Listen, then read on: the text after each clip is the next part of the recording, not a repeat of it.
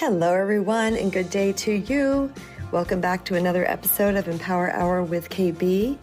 My name is Kristen Brown, and I will be your host for the next hour or so. I am an intuitive healer, a coach, a mentor, and a speaker who specializes in helping individuals reclaim their true worth and embrace their personal power. And learning to set and maintain healthy boundaries is a part of reclaiming our personal power. Oftentimes in life, we are giving away our power. We're giving away our strength. We're compromising our sacred self. We are going above and beyond for so many people in our life that we don't have the time for ourselves. And I'm here with you today to talk extensively about the topic of boundaries, because boundaries are crucial on our path to reclaiming our personal power. And they're also a large, large part of healing from people pleasing. Most of you know that I've written the book, The Recovering People Pleaser, that was published. I always say processed. I always want to say processed.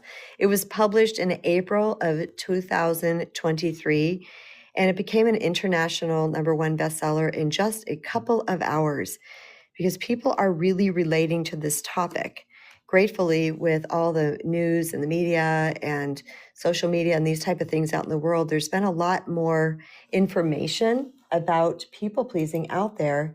And so people are starting to recognize the signs and symptoms of people pleasing.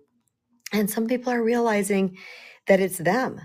They're like, holy moly, this is me. I check all the boxes of this or some of the boxes of this. And by the way, there's also a continuum when it comes to people pleasing. Sometimes we might be good at some areas in our lives and not so good at other areas in our lives. Sometimes we're pretty firm in our boundaries with some people, not so much with other people in our lives, or maybe we're great at it at our work, but not so great at it in our personal lives or vice versa. And boundaries are just something that I believe the more that we practice, the more that we are going to become good at. And I would love to read to you guys an excerpt out of my book, The Recovering People Pleaser, because this really encapsulates it all. And I felt like, this is something that I would love to read to you guys because I explain it in such great detail that I think it'll help you to understand. This is this chapter. It's a full chapter. It's chapter 7, and it's called Setting Healthy Boundaries, Teaching Others How to Treat You. And with all of my chapters, I start with a quote, a powerful quote from another individual/teacher author in the outside world. And this one is from Louise Hay. And she says, remember, you are the most important person in your life. Until we begin to value ourselves enough to meet our own needs, we can't expect others around us to do it. Take it one day at a time. And this is me. This is my writing now. Who knew that setting boundaries could be so complicated? Not this girl. I assumed setting limits with people who were treating me poorly would be easy. I'd speak the boundary, they'd follow the instruction, and all would be well. But that didn't happen. I found myself having to repeat my boundaries many times and received pushbacks and arguments instead of compliance. It seemed every time I spoke up about poor treatment, it was turned around on me. I've been called controlling and a know-it-all. I was told I was PMSing, and I was even labeled a narcissist once.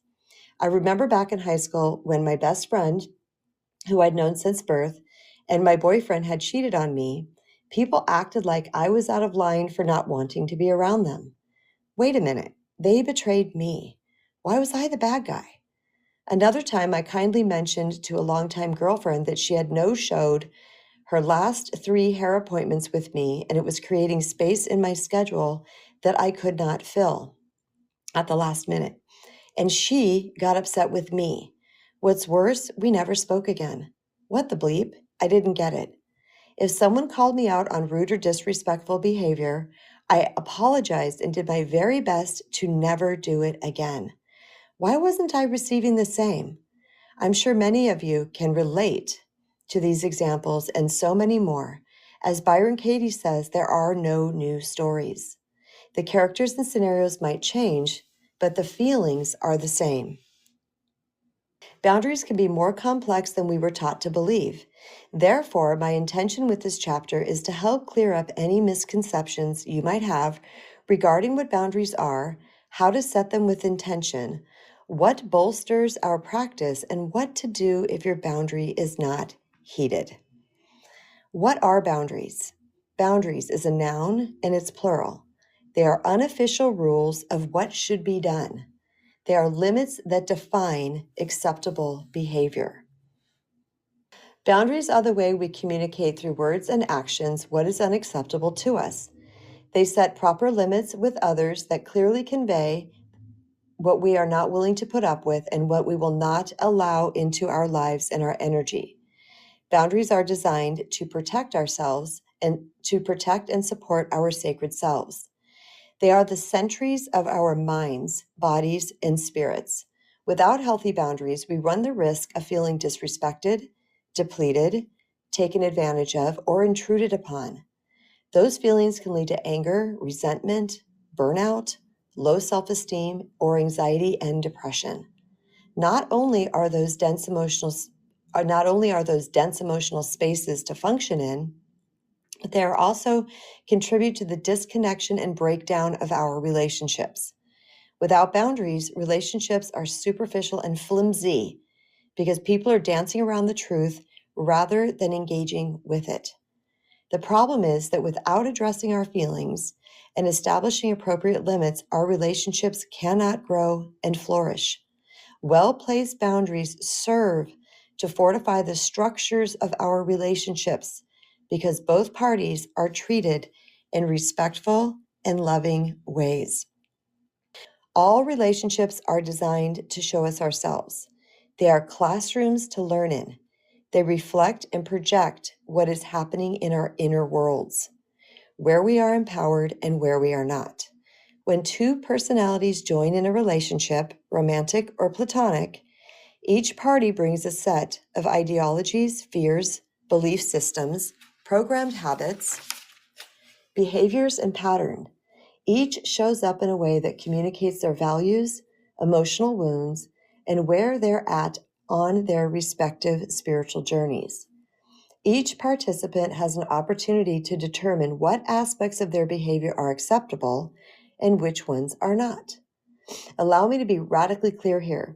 Limits are not about trying to change a person into your idea of perfection or to manipulate them into giving you what you want.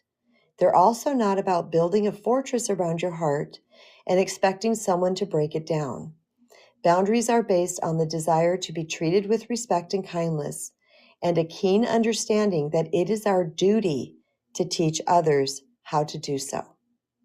Setting treatment parameters with others is where the rubber hits the road with reclaiming our personal power. This is where owning our true worth really happens. Healthy limits are self-love in action. Let me read that again.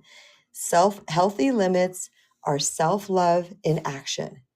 It is our responsibility as recovering people pleasers to treat ourselves well and to teach others how to do the same. Because many of us have histories of being disrespected, dishonored, and unprotected, it can feel commonplace when we're treated as such. So let me explain that a little bit more. When we have a history of treating ourselves poorly, when others treat us poorly, it doesn't stand out to us as much because we already are treating ourselves that way. There's no disconnection. But let me tell you guys, when you start treating yourselves really well and somebody comes in and starts to treat you poorly, it shines like a beacon. You notice right away. It is our responsibility as recovering people pleasers to treat ourselves well and to teach others how to do the same. Because many of us have histories of being I just read that. In the beginning, it can be difficult to discern the line between what is okay and what is not, because we are used to certain treatment. Therefore, self-love is paramount for our people-pleasing recovery. Self-love does more than simply reset our foundations. It shows us, perhaps for the first time, what it feels like to be respected and honored. When we're kind and respectful to ourselves, it becomes blatantly obvious when others are not. We become clear-sighted and resolute where we were once wishy-washy and unsure. We cannot experience a loving and respectful relationship if we're complaining about others' behaviors but are unwilling to do something about it.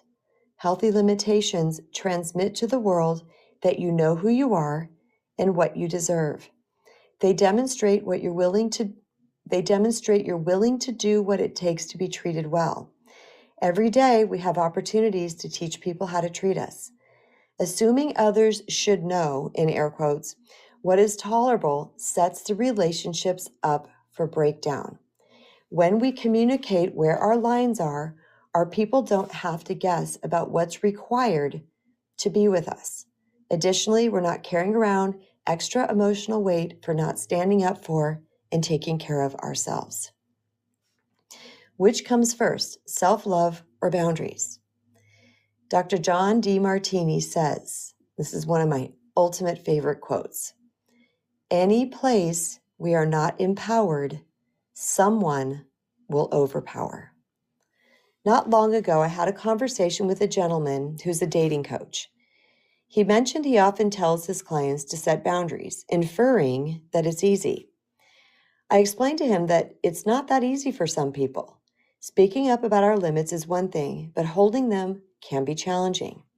If we don't have a secure foundation, self-worth, in place before setting a limitation, we run the risk of folding for several reasons. One, we're more worried about the other person's perception of us than our self-respect. Two, if the boundary was set from anger or frustration, our strength diminishes as the emotion fades. And three, we're more afraid of being alone than being treated appropriately. He respectfully pushed back and said that humans learn through repetition, and the more you do something, the easier it gets, just like learning to tie your shoes. I agreed that repetition does indeed make things easier, although learning to tie a shoe doesn't involve emotional risk, real or perceived. Boundaries can be quite scary and intimidating at first. Although there are people who find boundary setting easy, there's a whole slew of people who find it challenging or even impossible. Many of us realize a need for boundaries but are unable to set them for fear of the consequences that may arise from them. Or we set flimsy boundaries hoping they'll get it, so we don't look like the bad guy. This is where self-love makes all the difference. A person with a healthy love of personal value will naturally have an easier time respecting and protecting themselves. Healthy boundaries are an organic response to self-worth. We still may not enjoy setting boundaries, but we can no longer allow bad behaviors to go unaddressed. However, what the gentleman was suggesting is also true. Science supports that we get better at something the more we practice it. The repetition of new thoughts and behaviors forms new neural pathways in our brains. This is called learning. Neural pathways are the configuration of connections among the neurons, brain cells, in your brain. You can think of them as patterns that represent any simple thought, such as a banana, or a complex thought, like intuition. Every thought we have is a result of a neural pathway. Some neural pathways are well formed and referred to as dominant, where others are new or fragile and referred to as lesser. The more we practice or repeat something, the more dominant the pathway becomes in our thinking, language, and behavior.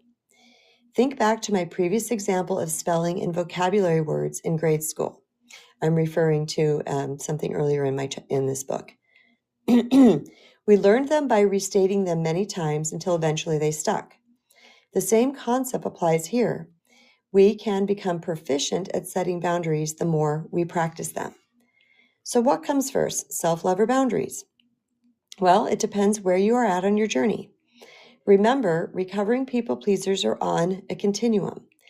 If you're already good at setting boundaries, your self-love practice will fortify it. If you've never been good at setting them, your self-love practice will foster it. So the answer is both. Setting boundaries becomes easier the better we love ourselves and the more we practice them. It's not important to discern what comes first, nor is it necessary to know where you fall on the spectrum. It's only important to start working on them. Like the beloved Louise Hay said in the opening quote of this chapter, take it one day at a time. All right, you guys, if anybody would like to join this conversation, please do. Tap the guest button and the little circle button with the microphone in it next to my profile picture here, and you are welcome to come up and share anything that you would like to share. Okay, I'm going to continue on with this chapter. This is an excerpt out of the book, The Recovering People Pleaser, that I published in April of 2023. The subchapter is called Boundaries Serve Both Parties, and this is one of my favorite things about boundaries. When we start setting boundaries with our established relationships, people will likely resist. After all, we've trained them that their needs and wants come before ours, and we haven't required them to act any differently. Since they're used to getting their way with us, they'll likely fight back when we no longer allow it. Their fight, however, is often not only about them not getting their way. Boundaries also shine a light on the boundary receiver's unhealed places, their dependencies, selfishness, fears, or controlling behavior. Your boundary can spring their ego into action, which can ignite intense emotions. These emotions can result in behaviors such as, but not limited to, denial, defense, gaslighting, or emotional outbursts. Taking responsibility for our behaviors is an act of our higher selves. It is rooted in love, which ultimately means death to the ego. It will do everything in its power to prove you wrong so it can preserve itself. Since many people commune with the ego more so than their higher selves, they may fight back fiercely. Understanding what happens in these types of situations gave me strength to hold my lines, because I knew their attacks were simply their ego fighting for its life, and it had nothing to do with the validity of my boundary. Setting boundaries, especially with our loved ones, can seem intimidating at first. The fear of losing their affection or love, hurting their feelings, or making them angry can feel quite daunting. As people pleasers, we often care about others' feelings over our own. We justify or make excuses for their behaviors because we fear potential fallout. We may subconsciously feel undeserving of better treatment or fear being alone. Instead of risking upsetting or losing someone in our lives, we upset and lose ourselves instead. I'm going to read that again, if I can find it.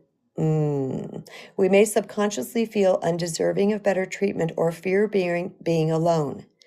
Instead of risking upsetting or losing someone in our lives, we upset and lose ourselves instead. We become fractured versions of who we are and then wonder why we keep experiencing lopsided and painful relationships and feel unfulfilled. I've always had high standards for myself. I've always wanted to be the best daughter, sister, friend, mother, and partner I could be. I'm a lover and a nurturer after all. When I originally received pushback for my boundaries, I'd fold because I felt like I was doing something wrong. Then I learned something powerful. Anything rooted in love is always right, even when it's love of self.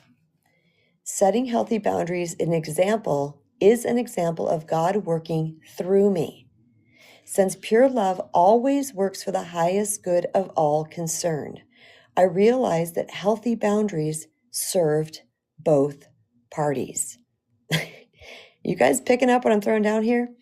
Anything rooted in love is always right, even when it's love of self. Setting healthy boundaries is an example of God working through me. Since pure God love always works for the highest good of all concerned, I realize that healthy boundaries serve both parties. A firm, well-set boundary gives the other person the opportunity to discover and heal disowned aspects of themselves. Both parties win when we are willing to set healthy limits. We get to be treated better and they get to grow. How exciting is that? Now, I'm not implying that this is the sole reason to set boundaries. It's not our job to keep tabs on other people's growth. That's God's business. However, it might help to know that a boundary rooted in love, in the love of self, is showing love to your person too. Our job is to love ourselves to the best of our abilities and let the rest fall into place. You will likely discover your firm boundary was the best thing to happen to your relationship. All right, I'm going to take a sip of water, but of course, if anybody would like to join, come on up on the stage, discuss something that I have already spoke about, talk about your experience with setting boundaries, maybe something you're learning, tell a little story. You are more than welcome to join. I'm going to drink a little sip of water as I bring up Miss Rachel. Welcome, Rachel. Thank you for joining me. Hi, Rachel. Good day. Hi. Good day. It's funny. Every time you do one on boundaries, I always think of the first time I came on your show. Mm-hmm. Very nervous about setting boundaries. I had set some boundaries, but they were wobbly. Right. My fences were wobbly, but they have been reinforced. And I've learned that the more boundaries I've set, when you say no to someone and you set your boundaries, you're saying yes to you. Yep. And it's funny, the one person I set boundaries with, they've pulled back a lot, but like you said, you have fear of being alone, but I've learned that I'm better company than that person. Yes. Being alone with myself, I have better company than being with that one person because it was toxic. It was not, now his wife I've set boundaries with, and she has grown to the challenge. At first I was the villain, but now she's like, I feel like the respect for me has grown. And instead of do this for me, or it's more a question. And as far as a relationship, I pulled back just to see, it was all my give and her take. And I pulled back, and she's been actively pursuing a relationship with me. And I am very willing to hang out with her. Like, she treated me out we both went and got more piercings in our ears, and then we went to lunch together, and then she hung out with me for the weekend, and basically she's like, can I hang out with you? And it's like, absolutely. She's asking your permission to hang out with you. That's so cute. And I'm like, why do you need permission? We're friends. I just wanted a better level of respect. It's not, don't take me for granted, and don't just expect me to be your lapdog. Yeah. And once I set boundaries, I have two friends, and I've set boundaries with both, and they've actually risen to the challenge. And I'm really over the moon about it, because we've been friends for 20 plus years. Yeah. And although I would have hated if they would have left, the more I've come to love myself, the more I would have been okay with it. Because if I have to live without one or the other, I learned I don't want to live without me. That's so good, Rachel. That's it right there. And that is summing up something that I try to share with people over and over again. Like, the more you love yourself, the less that stuff matters. It does. The more you love yourself, the less the love of the insignificant, narcissistic, emotionally immature, toxic people matter. Like, the people that are real and true will love you through whatever you're doing. And they will respect your boundaries. I have a question for you, Rachel, if you're willing. Yes. It'll be an easy one. So in the beginning, you were talking about your boundaries were wobbly, but then they fortified. Can you share with everybody, like, what changed? How did you get them to be less wobbly? I learned that some things are not compromisable. Like I was friends with a friend of mine's husband. I thought of him like a brother, and he took advantage of that friendship and then made a pass at me. Basically offered me to be his side piece. And that, I guess, the boundaries, he felt my friendship, or however I was acting, was an invitation for that. And that's when I had to fortify the boundaries, because even though I was not at a great point, I had enough respect for myself to know that that was inappropriate and wrong. And the more I love myself, the stronger that boundary's gotten, and the more I've voiced my opinion of that.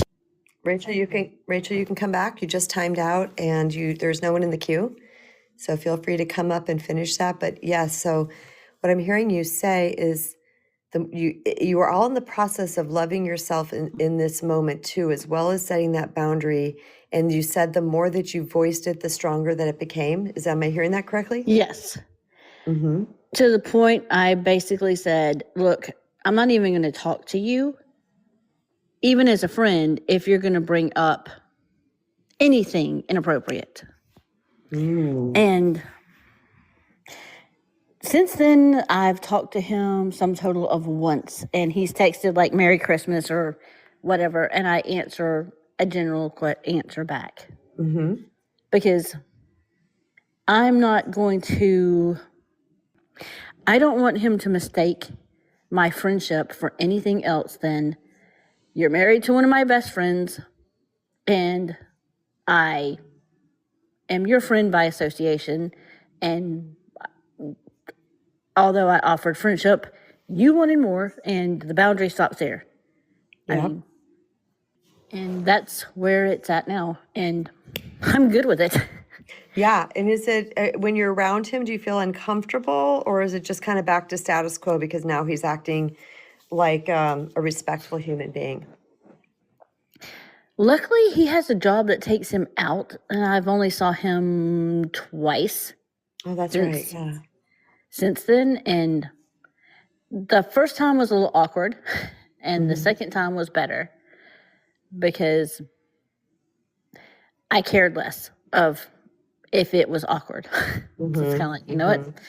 I have more respect for me, and I don't care if he feels any sort of way, because this is how I feel, and that's my boundary, and that's not to be crossed. A friend of mine said, when a boundary has a gold band involved, the wall has barbed wire on top. Oh, I love that. Yeah. It's amazing to me what people will try to pull. I just have to throw that out there.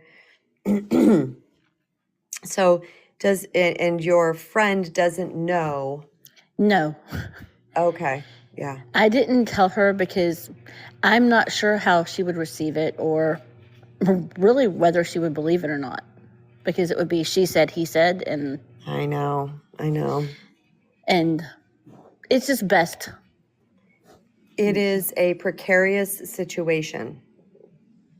It is. And when that happens, for sure. I've been in situations similar, in different contexts, different stories, but where I was like, I'm damned if I do and damned if I don't. Like, what do exactly. I do? What do I do here? Yeah, that's not fun. That's not a fun place to be. And since he's not in the picture much, I just let her be ignorant. Yeah. It's not that, I gotcha. Well, gosh, Rachel, I love that. I remember that was the first conversation that you had here, and you were sharing that with me, but you were ready to do it. And you came up a couple times afterwards too, where you're like, okay, here's how it's going. And I remember saying something like, keep going, or I don't remember exactly, you guys. And you absolutely did. Encouraging. Yeah. I do remember that. Yeah. You kept showing up for it though, and saying, okay, Okay. And then look where you're at now. The most fabulous thing, though, to me, and puts a smile on my face, is what I'm hearing is that when you did set those boundaries with your girlfriends, that they showed up to it. That They they said, did. I value you enough that, okay, I will heed your boundary. And I think that's really beautiful because that doesn't always happen, you guys. Sometimes people say, screw you, I was just in it to see what I could get from you. But if you're, if I've I had can't get those. from you anymore, I'm out of here.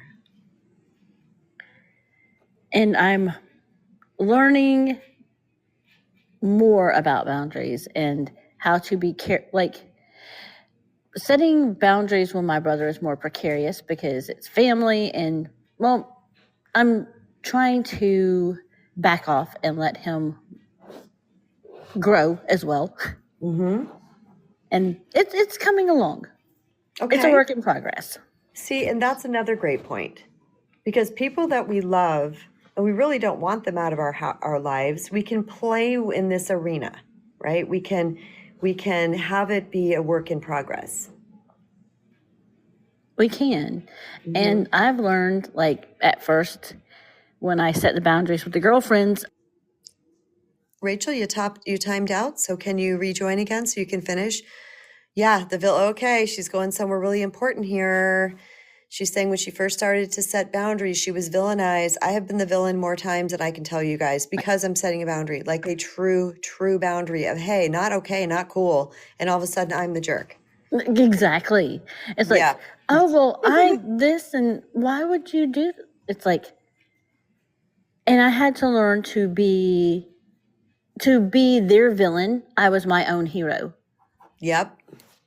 So good. And that, and I heard Wandering Fools say this one time, cracked up at it, and I've embraced what she said. She said, if I have to be the villain, then ooga booga. Oh, that's right. It was great. It was so great. I remember that. It was so great. And I'm like, you know what? She's right. Be the villain. That's how I felt too. I was like, well, because one of my fears as a people pleaser was being disliked. And I didn't want to be the villain. I wanted to be everybody's best friend and Kristen, oh, yay. And I thought I had to really give it some thought. I'm pretty quick with this stuff, though. I'm going to be honest with you guys. When I set my mind on something, I had to give it some thought and say, so this person's going to think I'm a jerk. And I'm using, nice words here. And I was like, all right, well, if that's what it means to love myself, that somebody's going to think I'm a jerk. Oh, well. Like I got comfortable with that. That's going to be the deal because I'm ready to do something different in my life. And this is what it's going to look like. This is part of, because remember you guys, I didn't have a teacher. I didn't have a coach. So I was just messing around in this arena trying to figure stuff out. And I was like, okay, this was part of the journey. If I get called a name or people try to make me wrong, that was a big one. They tried to make me wrong. Oh and I was like, okay, well, this is kind of logic right now. Go research it. Go YouTube. Go ask any healthy person if this behavior is okay. Then report back to me and tell me I'm wrong. But I would also, I don't know about you, Rachel, but I would engage. Oh no, this isn't wrong. And here's why. And I would try to convince them. And guess what, y'all? That fell to the wayside too. I stopped doing that. I was like, I'm done. This is not okay. Done. And if you want to fight, you can sit here and fight with yourself, but you're not going to fight with me. Exactly. And I've learned that if you have to embrace the villain, embrace the villain. And it's funny. My nickname from my niece was the Pirate Princess. And I just started laughing one day because I told my mom, I'm like, well, they're making me the villain. And I started laughing. And I said, well, I am called the Pirate Princess. And what is a pirate but a villain? Mm-hmm. So I guess I'm just living up to the nickname. Yeah. I mean, and that's okay because there's also this narrative out in the world that says in order to love ourselves, we must be willing to be the villain in somebody else's story. And by all means, yes. Yes. And it's uncomfortable to me. I will tell you guys still to this day, and I mean like a 1 out of 10, but I feel it. I don't like it. I still don't like that I'm the villain to somebody. It's this weird naggy feeling. And it's, but we have to feel it, embrace it, and let it go. Mm-hmm. I'm learning that one too. Yep. And that process, I'm getting better at that process to say, you know what? So I'm the villain. But like I said, in order to be their if I'm their villain, means I'm my own hero, and I'm good with it. And you know what's even funnier, Rachel, because I'm sure you can relate to this. Kristen Brown, a villain? Like, that is the most No, oxymoron in the world. no. Like, I'm the one that's saving cats and wants to have every single a homeless child on my lap. I want, you know what I mean? So when Yes. I'm the villain to somebody, it's almost like, what? But okay, okay. So that's what I mean. I had to get comfortable with it because who I knew me to be, I don't do bad things. I don't lie to people. I don't cheat on people. I don't steal. I don't do any of these things. So I was like, okay, which to me, that's the villainous behavior. So for someone to think of me as the villain or the bad guy, I was like, that's your story, that's your reality, and I can't change that, and that's okay. And used to it bother me. I'm like, so I'm evil. Great. Yeah. Let's add that. Like in my before the whole self love, I'm like, so now I'm evil. Great. Let's add that to the lovely characteristics. And now it's like, it's on you. Yeah. It's on you. And that's the most important part, is really understanding that it's about the other person. Rachel, thank you. You're welcome. Thank you, my Thank you beloved. for having me. You betcha. So I'm going to bring up my brother Mojo. While he comes up, thank you guys for being here. Appreciating all the love and claps. And that was such a tremendous share from Rachel. My goodness. I just wanted to tag on to what both Rachel and Kristen have been sharing. And I had to learn this lesson the hard way, like most lessons in my life. But there's, in my own family, there are people who, in my own family, my extended family, that one views me as a villain and the other as a hero. And I'm not doing anything different. I'm not treating them any different. I am imperfect, of course, but the way the person on the other end of the relationship interprets me is completely different than another person in the same circumstances. And that Isn't really, that crazy? yeah, it befuddled me for the longest time. I was like, well, how can this be? Because they're both getting the same me, but they're seeing something completely different. And that's when it cemented this truth that you've been telling all of us, is that outside of my behavior, the outcomes are really out of my control. They're out of my hands. And so the only thing I can control is my effort, make sure that I am being as full of character and doing the things that I think are right, and apologizing when I make a mistake, and all the things that I've been trained to do and I've done my whole life. And I've had people before family, I've had people, yeah, like friends and acquaintances who could see me different ways. And I just thought it was because of lack of exposure. They didn't really know me. But now I'm faced with the fact that people who really know me, they know me well, see me as like a completely different person. And it's not because I'm doing anything different. It has to be, the only explanation, the only logical explanation is the filter through which they interpret what they're seeing, right? 100%. And that Always is. once I finally realize that, and rather than trying to fix it or change, right? In fact, there was way too long that I tried to adjust who I was so that they could see me more clearly, and it never worked. It never worked. Yes. In So fact, true. yeah, I would make a change in behavior, and then it was still, I was still the villain because that's the filter through which I was being viewed, and that sucked for the longest time. I couldn't stand it. I was so frustrated and just mad. And then the work that I've been doing, a lot of it with your influence, is to say, okay, Joe, what of this equation can you control? Well, the only thing I can control is me, my behavior, my intentions, my words, my actions, right? Mhm. And I don't do that perfectly, but I do it pretty well. And like you said, you could poll 100, 200 people, 300 people that have met me, that know me pretty well, and none of them would classify me as a villain. And none of them put me in that, except for one who knows me very well, one or two Mhm. maybe. And so that's when I have to go, okay, well, the body of evidence shows that the people who want to see me in the light in which I am projecting myself will, and those who don't won't, and there's nothing I can do about that.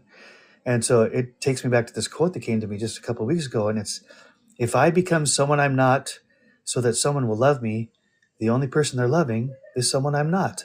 That's right. And I can't That's do that so anymore. powerful. I can't do that anymore. Mm-mm. I won't do. I can. I won't. I won't do that anymore. You And know, so, if I'm the villain, as the great actors of our time say, the villain is the funnest character to play. So let's go. oh my gosh. And when I have noticed that, and I know that I'm acting in integrity in all the ways, and that person sees me through a filter, instead of hustling for approval that I might have done in the past, Right? and to become that person that I'm not, Yeah. just to, and some people are just committed. They're just not going to approve it no matter what. Totally. But instead, I switched that in my head to, wow, this person sees me like that. That is so interesting, Right. because Yeah. that made it so neutral. Like, it really is not about me. And Yeah. we can take this personally and go down some big rabbit hole of And I all have. these things, or we can just look at it as, that's just a little bit of intel. That's all it is. Yeah. And now what I'm asking, the better question for me is, well, what has happened to that person that would cause them to have such a skewed perspective of who I am? And then I realize it's not about me at all. Of course, it's about their own wounds that are unhealed. Right. Absolutely. Joseph, that was such a powerful share. Thank you so much for that.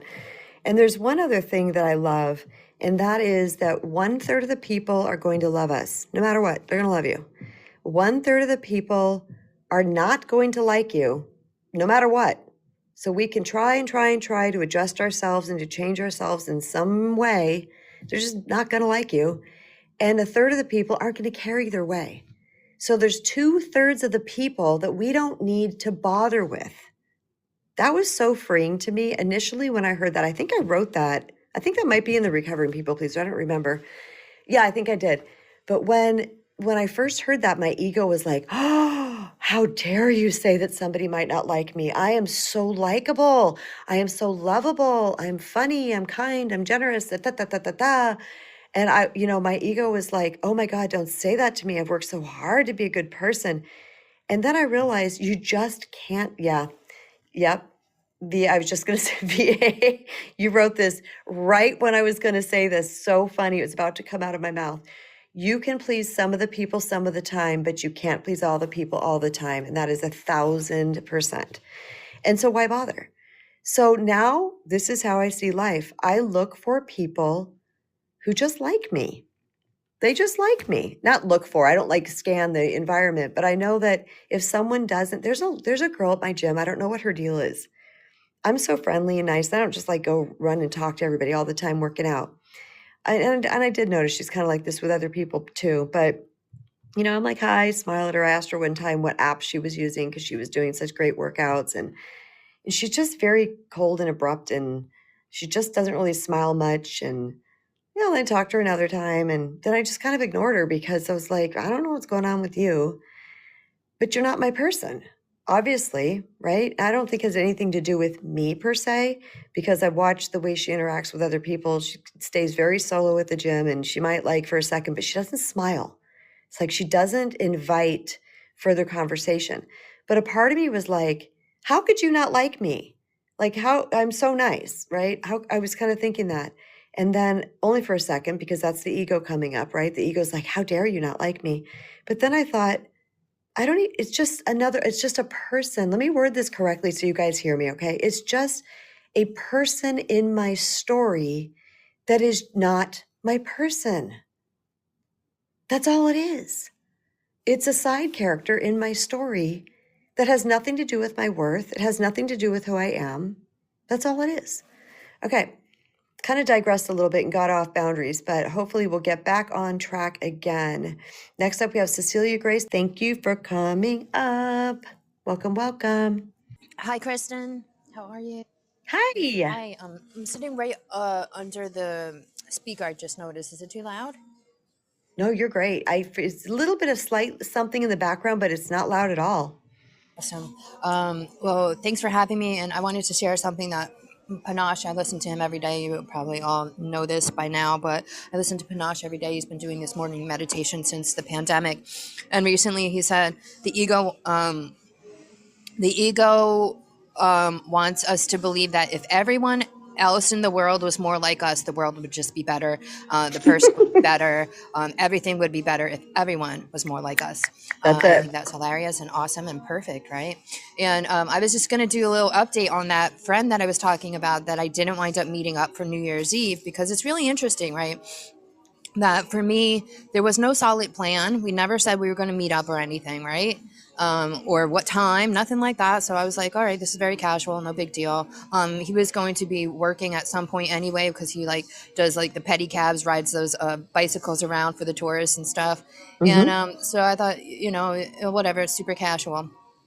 And then I said yesterday that he was really upset, and he said, like I was lying to him and stuff. And I'm like, who the heck is this guy that I need to be lying to him? I haven't seen him in 20 years. Like, why Mm-hmm. would I need to lie anything?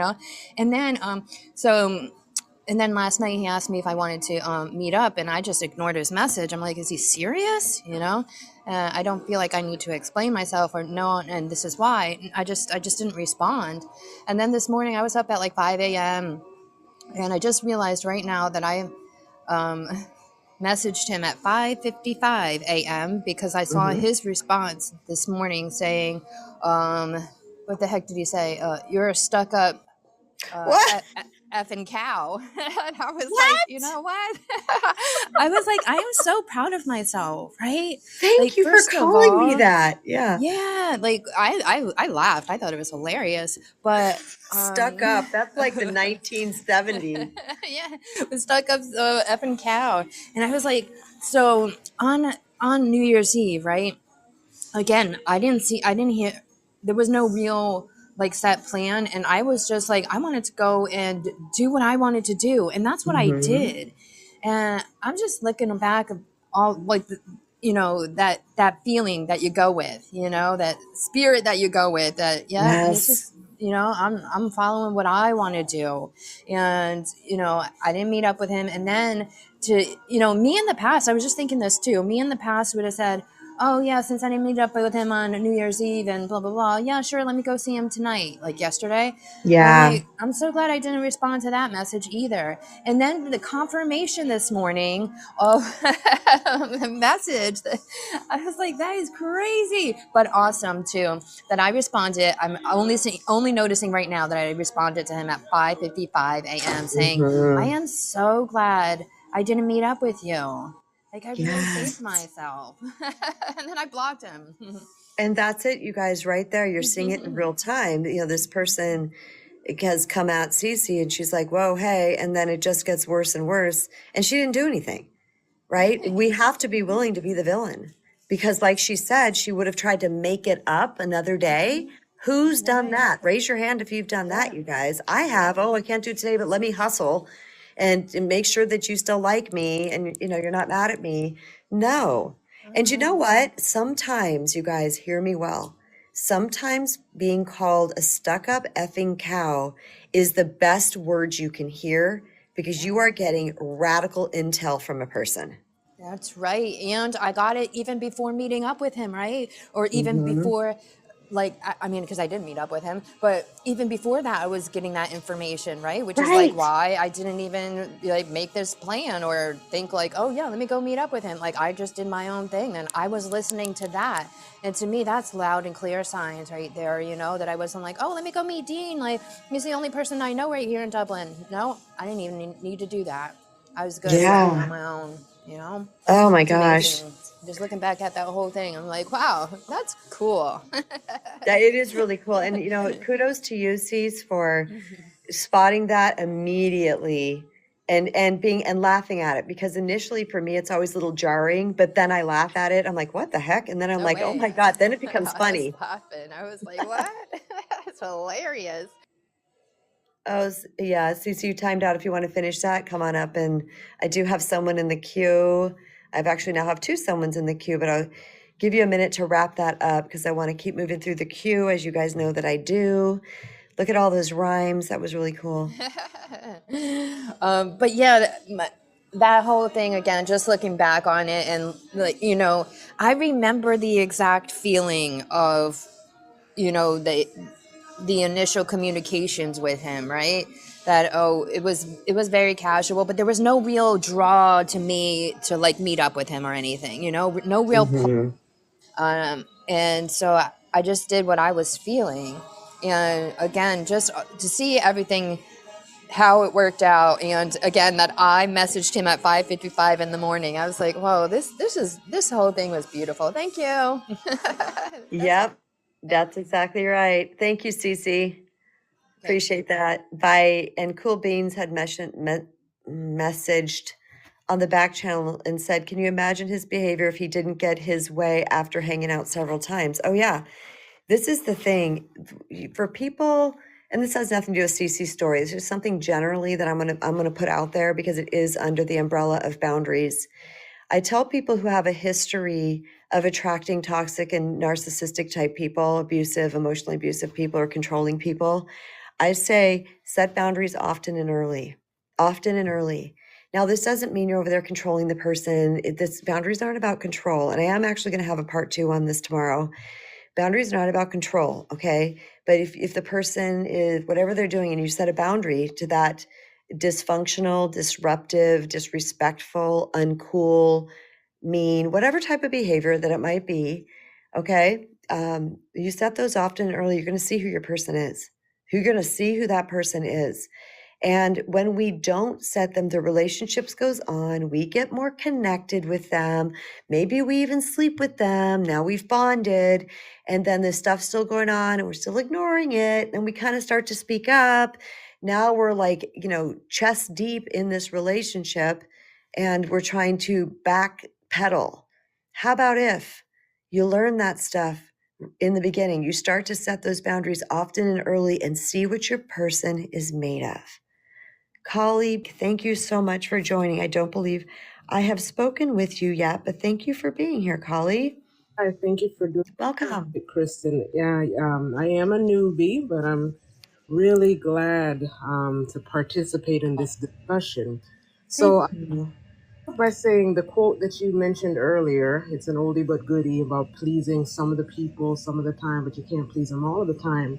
But Mm-hmm. 100% of the time, and maybe that's where the focus needs to lie, because am a recovering people pleaser, not recovered but recovering.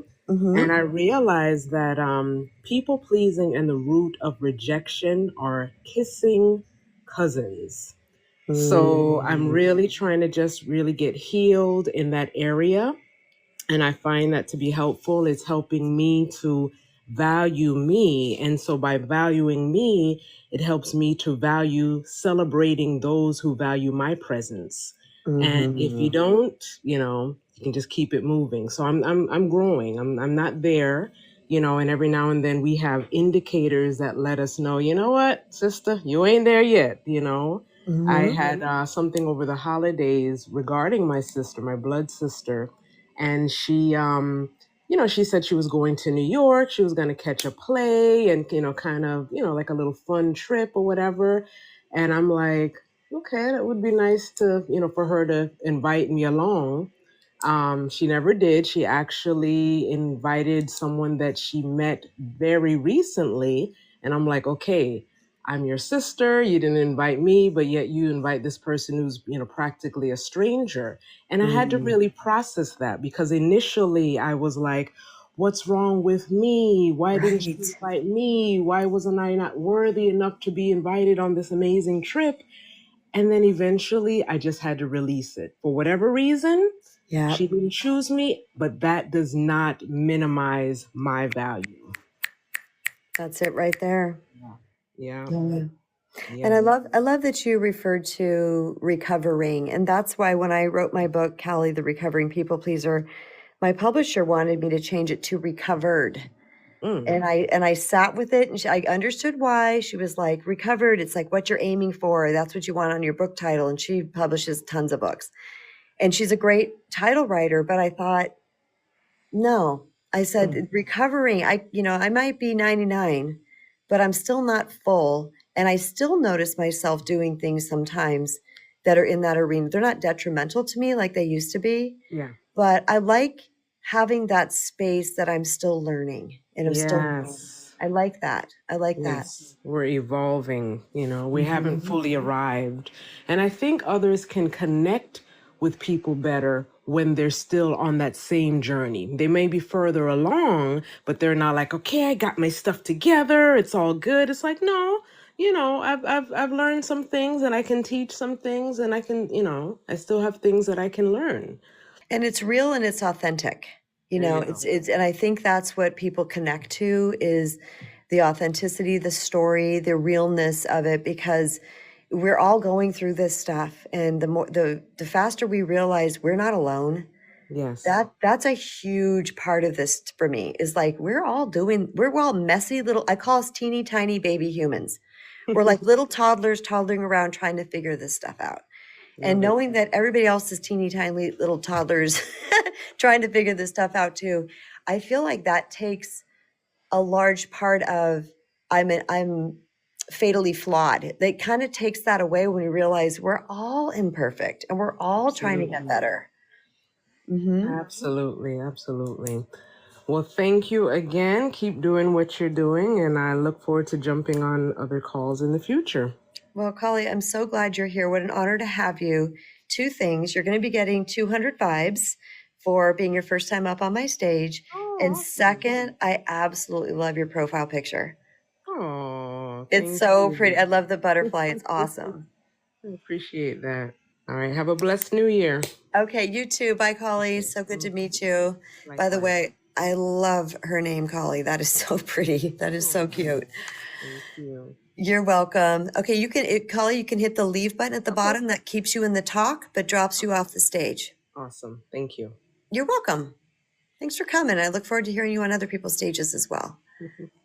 All right, you guys, this has been just amazing conversation with all the input so far that we have received from everybody. It's, oh gosh, this is what makes these talks so robust and so impactful. Yes, it's partly because of what I deliver as a teacher and holding the rooms, but it's other part largely due to the contributions from you all that are coming up and talking about your real-time healing, your real-time experiences, me sharing my healing, my experiences. And this is why we connect. This is why this platform to me is above par, and it is by far the best social platform out in the world today. So welcome. Thank you to Miss Julie. Thank you for giving me the image of a playground, a nursery with lots of toddlers in it, finding about the world. Some of them you in the eye, some of them will know what being poked in the eye feels like. Such fun, isn't it? We're all doing the best we can. Yeah, I think it's great. That's a great image. It's really put a smile on my face. I was thinking about Cece and something that she said. She's given a lot of knowing that what her boundaries are and things. But I think one of the things that really helped her with boundaries is following her intuition, following that feeling that you get. And when you think something is not sitting right with you, it's time to let that go. And I think that's really good. Also, the other point to make about boundaries is it means then that you are not manipulated by other people and situations or things that they say or emotional kind of requests or duty and things like that. This is great. Having boundaries within that is just so good. And, it's like what I do in my job, right? I do pet sitting. Now, out there in the world, there are thousands of pet sitters who are willing to teach people how to treat them. In other words, they will do things for free because that's what they want. Now, I want to do pet sitting for remuneration because that supports me doubly. I've got somewhere to go and an experience to have, and that's wonderful. But also I know that I need to be able to eat. I need to be able to support getting travel from place to place. So I ask for remuneration, and I've I was at one point kind of saying, well, no, there's so many out there that'll offer it for free. I'll have to offer it for free. But my boundary was, do I want to be comfortable?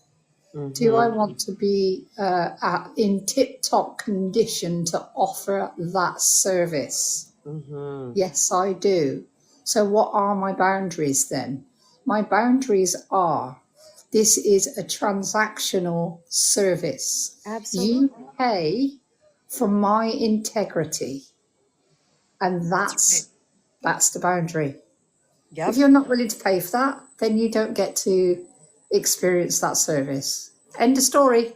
Is it commonplace that people pet sit for free in the UK? Because here, you can get a friend or family member to do it. Otherwise, you're paying for the pet sitter. Yeah, no, Different there?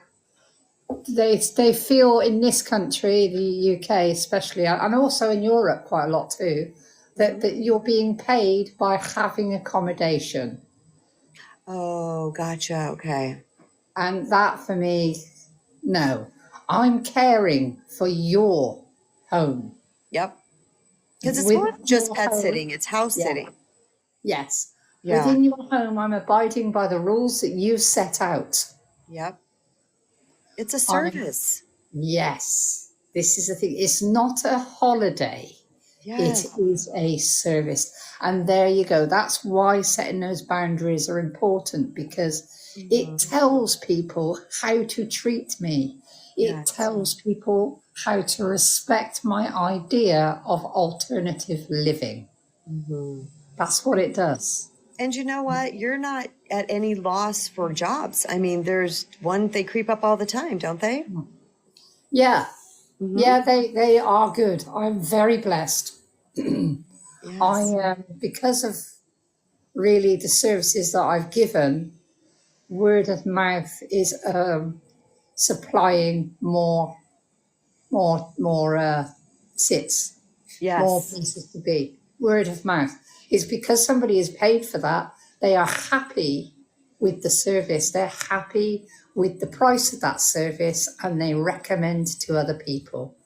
It's easy. I'm going to tell you something, Julie. I would hands down rather pay for somebody who does this as a service than just some rando that wants to stay in my house. Correct. My pets mean that much to me. Correct. Yeah. Exactly. You're paying for peace of mind because it's a business. That's it right there, Julie. Thank you so much. Yes, that was awesome. Love that. Love that. Oh my gosh. It's so interesting. I'd love to see how things go from country to country, like in how the different cultures are. Welcome, Cool Beans? No? Okay, Cool Beans. I got the from you. Let's see if we can bring you up again, Cool Beans. Can you click that join button once again? And we will bring you up. Maybe not. Maybe got a phone call or something like that. Of course, if anybody else wants to join, now's the time to do so. We will talk a little bit more regarding this subject, but I am going to pick it up again for a part 2 tomorrow. If you missed the beginning of this, which I believe a lot of you did, because I was really far in before people started to pick up that I was on live, I recommend that you go back through the beginning and listen to the beginning of this, because I do read an excerpt out of my chapter 7, I believe, of the Recovering People Pleaser regarding boundaries. I'm just going to recommend this book to any of you who are a recovering people pleaser, because this is also about resetting your self-worth foundation that is contributing to the lack of boundaries. So like I said earlier in the read, both things can work congruently together. Welcome, brother. Hey, how are you? Good morning. Thank you. Good morning. I find it very interesting with all of the boundaries, and for a lot of the conversations that you and I have gone through and through books, I kind of have never really related people how they think of me, where they think, and where they are in their world, even though you get these bits and pieces of intuition when you see them in their own world. And recently, I'd been reaching out to a friend that I hadn't talked to much in the last 6 months, a year. He stopped and he's like, well, you're a fair weather friend. As soon as you got into a relationship, you dropped us. And I'm like, well, hold on a minute. and I approached him and 2 or 3 times, and this is what he finally came out with. Mm-hmm. And I'm like, that's really interesting. Did you ever actually stop and think to check in on, I've reached out a few times to go throw and to hang out and stuff, and, got turned down or whatever. And I'm like, in the last year, you've only reached out twice. Mm. And then in those areas of blankness, did you ever like spend a little bit of time to reach out and say, dude, are you okay? And, it takes you back to the whole thing of like, outside judgment and interpretation and people filling in their own blanks for where they are. I've got Mm-hmm. friends I haven't talked to in 10 years, and I reach out, man, they pick up the phone, talk to me all night long, and they stand there and they're there for you. So, it was really wild. And so when I approached him, he's like, well, this is the way it is. And I'm like, wow, I'm sorry you weren't more willing to talk to me. I'm sorry Mm-hmm. you weren't willing to like reach out. But hey, thank you for letting me know who you are and where you are, you Mm-hmm. know? And in that is like, it's kind of I don't know if you call that a backside boundary or not, but it's like, yeah, that's okay. Be whom you are. And I accept that. Thank you. Because I know how much I should or should not ever stand up in the other side, Right. you So, know? so Cool Beans, let me clarify this real quick. What you're saying is that this person, you've reached out to this person a couple times and they're like, you're a fair weather friend because you got in a relationship and you kind of bailed on us. Uh-huh. Where the truth is, you have reached out to this person several times and they've not responded or they didn't go do the thing. But yet they themselves had not reached out to you but once in the past year. So you were still doing more of the reaching out. Am I correct with all this? Oh yeah, about 5 to 1. So, Okay, you so know, so here's what's interesting. Yeah, this is what's interesting is how that was so twisted in their head. And all yeah. you're the bad guy for what? You're the one who's reached out more. Hmm. Yeah.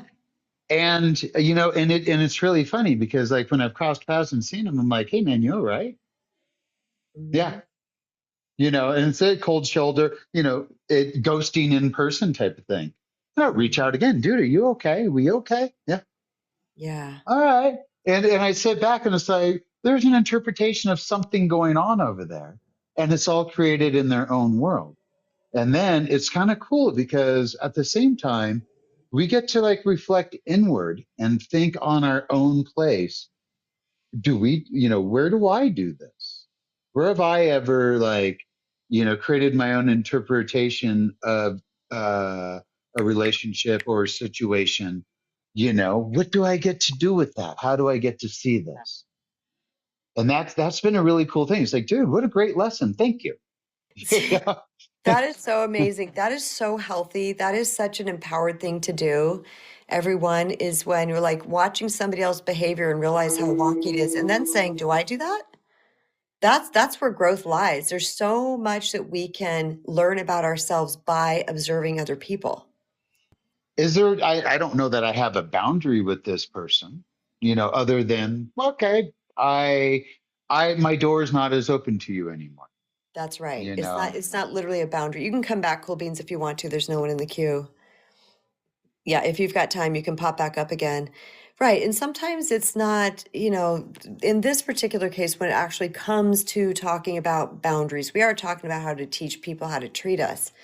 But in this vein, kind of as a sidebar, a subtopic, there is that thing where we're learning more about some people in our lives, and we may choose to put less effort towards them because what it is that we're learning.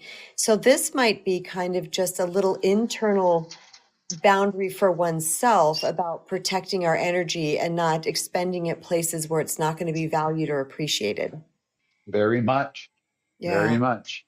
It's something that I've been dwelling on for a few days, kind of like trying to figure the whole thing out. And in my intuition about seeing, about listening to the person with others, I'm like, this seems very one-sided about your interpretation about what's going on there. Very Hmm. one-sided about what's going on over here, And I know this person is doing the best they know how to do, Hmm. because we all are. But it's also kind of like, man, because I'm a real giver, and it's like this is not a place that I have to step up and try to fix, Mm-hmm. and it's like, man, okay, be. And I honestly walking away, it was like, hey, thank you for letting me know who you are and where you are with all of this. Cool, man. That, So to me, that's kind of my boundary. Like, hey, I'm not going to let you get me down on this. yeah. Thank you for speaking an honest truth and on your feelings. Cool. Did you say that to that? Did you say that to the person, or is that something you just said internally? No, I said it. I said it out loud to him. I'm like, hey, Yeah. you know, Yeah. And cool. I Thank think, you for letting me know, who you are and where you are with a friendship. yeah. And again, it's just like there's people that I haven't seen in years, and when they reach out, it's like, oh yeah, let's try to get together. Or I'm busy. No one's taking it personally. Your friends Right. aren't taking you living your life personally. Mm-hmm. Mm-hmm. And I think that's really important lessons wherever you go.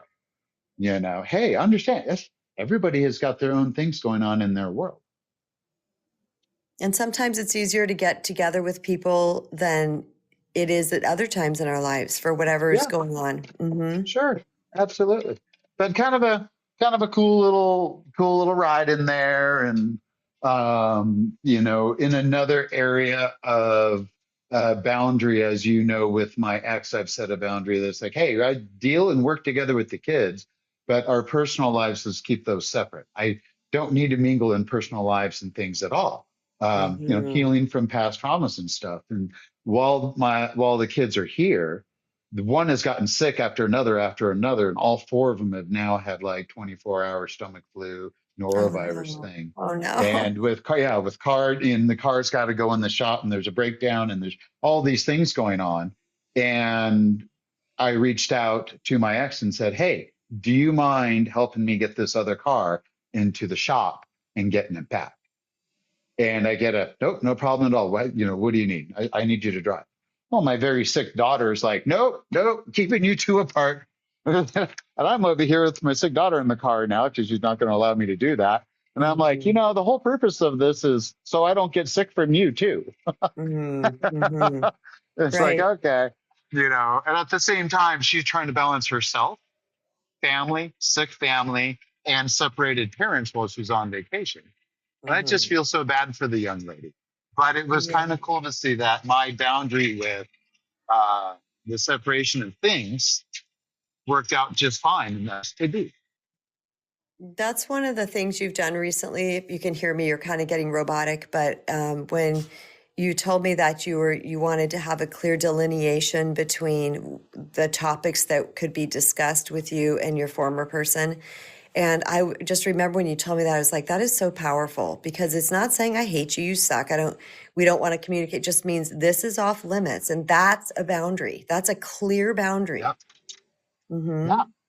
Yeah. And the boundary feels good. And for that boundary with that person, I wish you the best. I Yeah. wish you healing. And Mm-hmm. I am not mad. It's, Right. this is my world, and I'm not going to allow you to manipulate it with any personal pieces.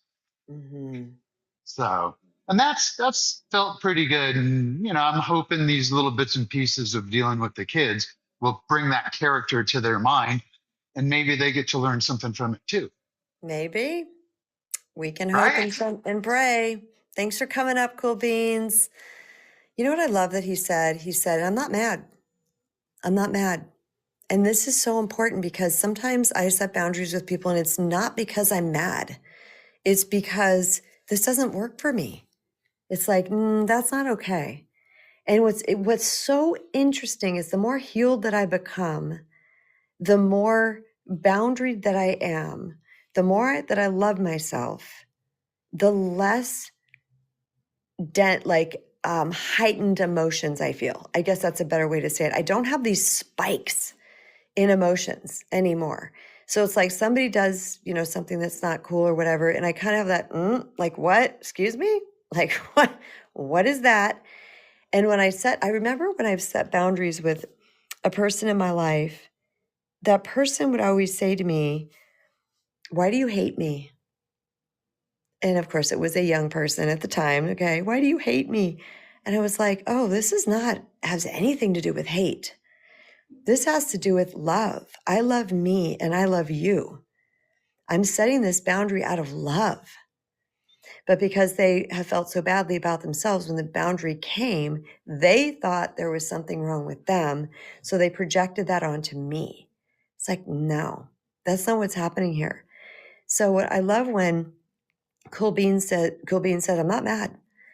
It's so important to understand we don't have to get angry to set and maintain a healthy boundary. And at first we kind of do that. That sort is the way that it works out because that anger is alerting us. So please know that you're not wrong if you're feeling like I'm so angry, because oftentimes that anger, that resentment, whatever it might be going on within us, that happens through the thing repeating itself a couple times. And it starts to build up inside of us because we haven't addressed it. Okay. So we're going to feel those emotions in first. Remember, emotions are indicators, emotions are guideposts. That's all they are. So, but eventually, once we have this practice in place and our inner world is more peaceful and we know our value, truly know our value, then it's like we just realize the blip on the screen. We could feel it like, no, we address it more readily, more quickly, more effectively, and we move on. So we don't have these dramatic highs and lows like we may have when we were acting from a disempowered space. So for anybody who's like, oh, I get upset, I get so angry. That's okay. I did too. I absolutely, without question, I did too. But over time, because I started to address things more quickly, didn't let them fester, and combined with removing myself, if I got like unhealthy pushback for a boundary, I just removed myself. Like we talked about earlier, I can't remember who was on, where I was just like, I don't stay in those conversations anymore. I used to have to try to trying to convince someone that their behavior is unhealthy. And I'm not talking about small things. I'm talking about like things that are like any psychologist, actually probably any human, not any aware human on the planet would say, yeah, that's not okay. And then having somebody try to talk me out of that, right? Or me believing, oh, they just don't get it. So let me explain it a little bit more. For the 8,642 time, maybe this time they're going to get it. I stopped doing that. I don't need to convince anybody that their behavior is disrespectful or dishonoring. I know that it is. I feel it. I would not treat somebody that way. And that's all I need to know. So I stopped trying to do the convincing. Again, setting you guys up to win, I want to say it's going to take practice. And you need to give yourself grace in this process. Okay, this is a journey here. That's all it is. It's a journey. So we want to get there, that proverbial quote unquote there. We want to get there so quickly that we can beat ourselves up along the way. This is one of those, you guys know I talk about the bean bag of truth, the floor bag, the floor bag that you sit in. Okay, so what is it? When I talk about the bean bag, I'm talking about the floor bag, the kinds that you sit in.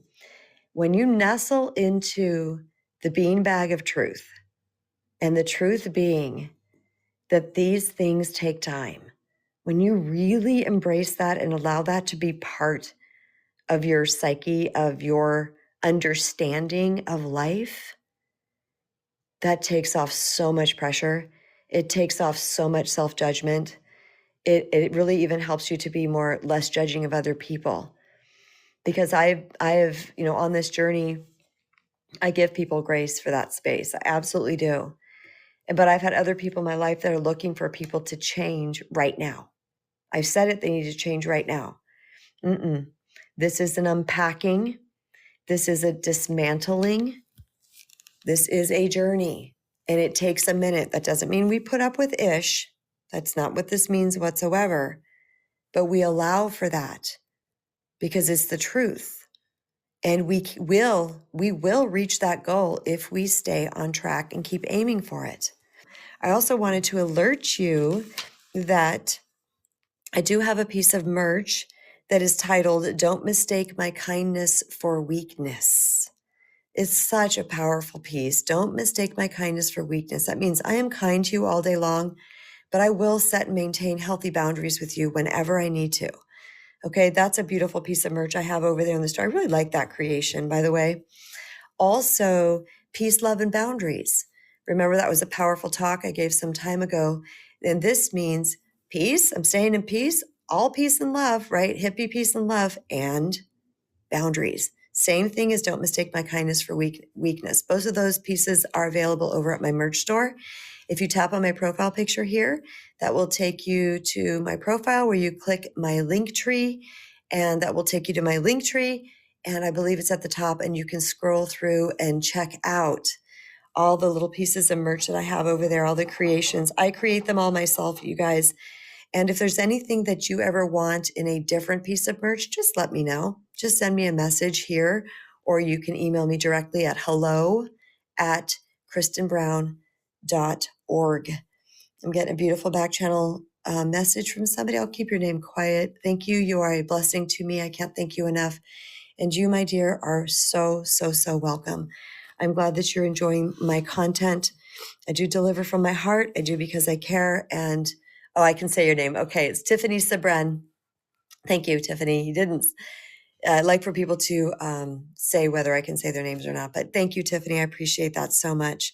Check out the merch, guys. Go check out all my free resources. Get the book, The Recovering People Pleaser. Oh my gosh, you can change your life in ways that are undescribable when you reclaim your personal power through resetting your foundation of self-worth. This is where it's at. This is where the rubber hits the road. This is when we make miraculous changes on our inside that actually affect our outer world in the most profound and beautiful way. So keep up the good work. I love you guys, and I will see you tomorrow at 11:52 Eastern, 8:52 Pacific. See you guys tomorrow. Much love, everybody.